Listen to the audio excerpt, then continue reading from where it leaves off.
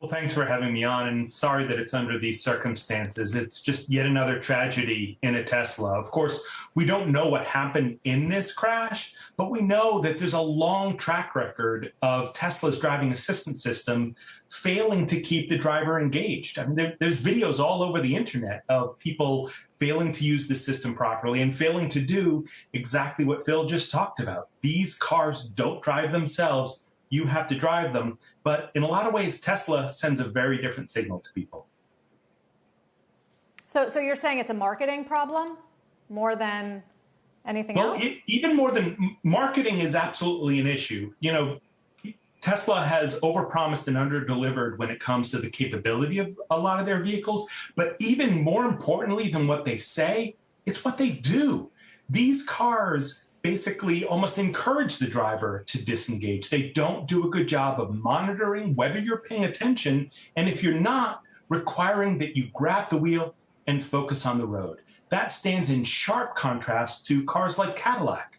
In their Super Cruise system, if your eyes aren't focused on the road, if you're not paying attention to the driving task, it gets you on task, and if you fail enough times, it disables the system. Tesla's system just isn't aggressive enough in ensuring drivers are engaged. So David, how far away, how long away are we from serious adoption of autonomous driving in America? And do incidents like this push back that timeline? Look, the reality is no one knows how far away it is. All we know is we're nowhere near there right now. And that's part of the problem with the way these Tesla systems are designed, is they're designed in a way that allow you to check out. And these vehicles are allowed to operate under conditions where they just aren't safe to do so.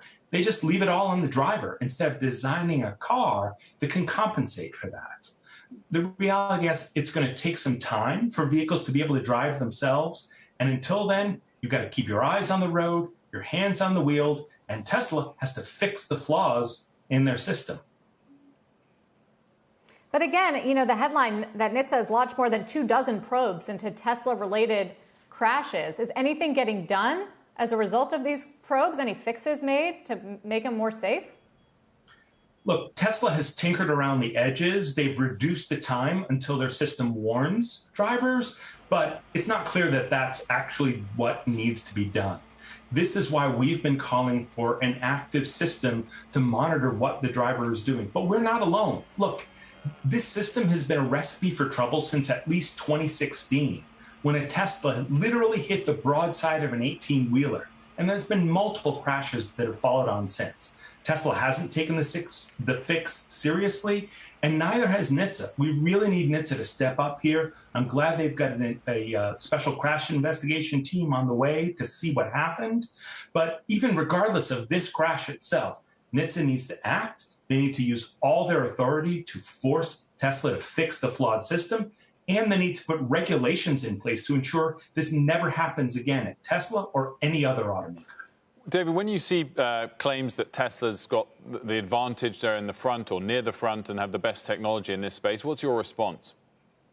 Well, look, we're Consumer Reports. We go by the data. We go by the numbers. And in fact, our testers have actually tested Tesla systems. When it comes to capability, they are one of the best out there. When it comes to safety, they are among the worst. In fact, the fact that their system is so capable and that they fail to do a good job keeping the driver engaged and they allow the vehicle to operate under unsafe conditions, it's actually a dangerous combination because it lulls people into a sense of security when the vehicle can't actually drive itself. Shepard Smith here. Thanks for watching CNBC on YouTube.